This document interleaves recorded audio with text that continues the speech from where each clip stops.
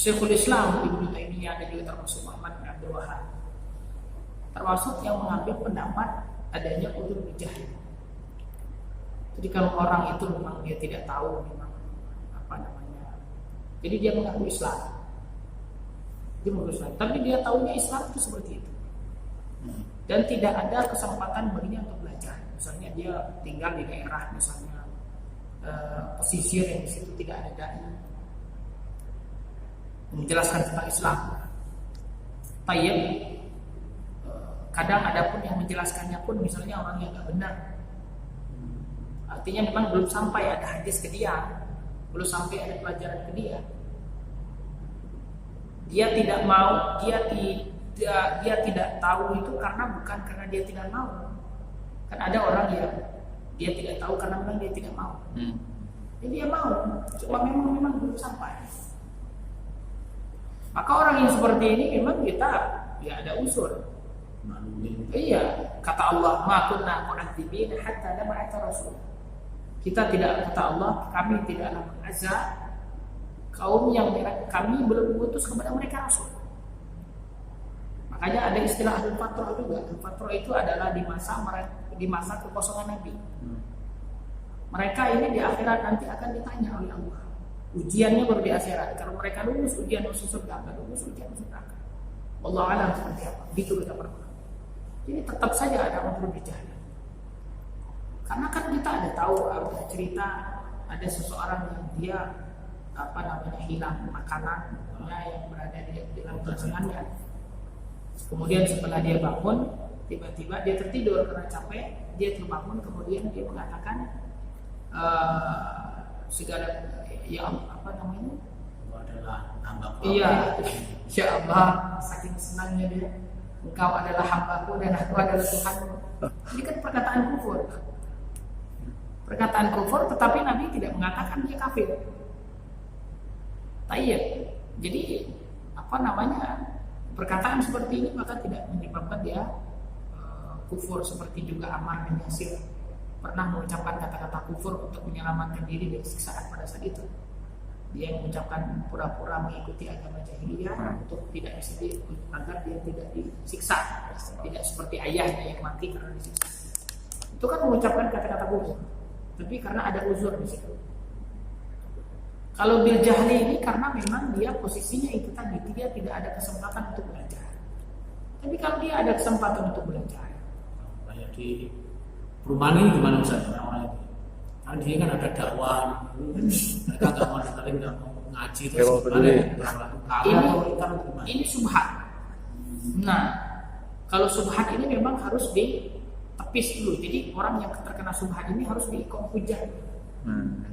Harus diikom hujah itu artinya harus dipanggil, harus dinasihatin. Kalau dia menolak, baru dia kafir. Tapi yang menegakkan hujah adalah para ulama. Jadi bukan kita, karena para ulama yang tahu standarnya itu. Tapi memang kata para ulama ada sesuatu yang di situ tidak butuh iqamatul hujjah. Contohnya ada orang lempar Al-Quran. Dia nggak tahu lah juga itu kalau. Ini tidak ada uzur dalam tidak ada uzur dalam hal ini bagi dia. Karena ini sesuatu yang ma'lumun minad-din bid-durur. Sesuatu yang maklum. Jadi nggak perlu kita dia ini jahil atau tidak. Enggak, ini sesuatu yang jelas. Nah ini kalau ini baru al-udzur bijahli. Tidak ada udzur bijahli. Mungkin untuk konteksnya kejadian tertentu. Iya. Istilah nisbilah ya.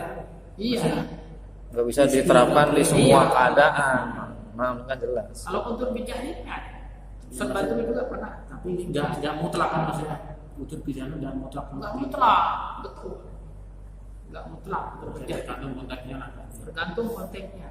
Itu waktu yang kajian Syekh Ibrahim Ruhaili kan, pas menjelaskan masalah itu tadi, apa orang-orang yang di tengah keramaian tetapi dia tidak tahu tentang dakwah ini, tetap dikasih uzur tadi, uzur jahal tadi. Nggak ada. Dia kan misalnya orang di tengah keramaian Ustaz, tapi belum sampai juga, dia belum paham. Tapi subhat tadi kan maksudnya. Misalnya kayak komplek ini kan, kita ada dakwah. Ini kan udah suasana keramaian. bukan di tengah hutan yang Ustaz bilang tadi kan. Nah, orang tersebut belum, tetap masih harus ditegakkan hujah dulu. Oh iya, dia ini subhat itu namanya. Nah, subhat maksudnya gitu. Subhat itu harus tegakkan hujah.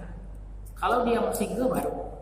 Tapi kalau yang Syekh Saleh Fauzan kan itu berarti mengingkar, maksudnya lalai dia berarti mengingkar, itu berarti nggak ada wujud. Nggak mau berarti nggak mau belajar atau. Iya, gitu. Tapi ini subhat yang jelas gitu. Subhat Iya. tadi. Kalau Syekh Saleh Fauzan saya lihat ini Ustaz apa di rekaman YouTube masa Udus bin Jalil itu kan yang satu. Ini kan kita ada dakwah tauhid dan tapi kan orang-orang itu kayak nggak mau ngaji lah atau mungkin nggak ada yang mau cari ilmu atau itu. Jadi jahil jatuhnya. Termasuk ingkar dan lalai itu nggak ada wujud kayak gitu. Kalau Iya, Ustaz kalau seandainya dia artinya dia memang tidak mau di situ. jelas Ya ya. sama seperti orang khomer ya. Khomer itu kalau dia misalnya minum khomer, saya nggak tahu khomer itu haram. Ya Anda kenapa nggak belajar? Misalnya, Anda punya kesempatan untuk belajar dan bertanya. Makanya kita tidak ada usul, tetap harus ditegakkan hukum minum khomer. Tapi kalau seandainya memang dia itu tadi ini memang ranahnya memang mahkamah untuk menentukan orang itu uzur dan tidak uzur. Makanya kalau melihat dua ulama kadang beda pendapat gitu, mungkin sudut pandangnya atau Sudut mungkin pandang konteks mungkin berbeda-beda. keadaannya ya, Iya. walaupun contoh yang diberikan misalnya sama.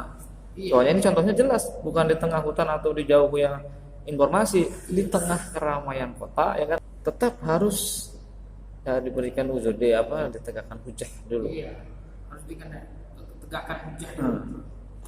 Padahal di tengah keramaian yang dia mendengar, tapi udah tutup telinga duluan gimana? Iya. Subhat. Ya, subhat. Ya, subhat. Subhat itu harus ini dulu, harus dibersihkan dulu. Karena kita kan hukum asal kita itu Karena Islam subhat. masalahnya. Orang yang mengaku saya muslim, memang hukum asalnya di Islam. Jadi tidak boleh kita mengeluarkannya sampai ada dalil yang memang jelas. Kalau subhat itu masih al-yaqinu la yazulu bisa. Keyakinan itu tidak bisa dihilangkan dengan keraguan. Yang menghilangkan keyakinan harus yakin juga. Yakin juga. Iya, jadi kita tidak bisa menghukumnya dia kafir sampai kita benar-benar betul-betul menegakkan hujah. Dan yang menegakkan hujah juga para ulama. Karena memang kecuali kalau dia enggak mengaku Islam, saya bukan itu jelas. Nanti kita lanjutkan lagi. Siap.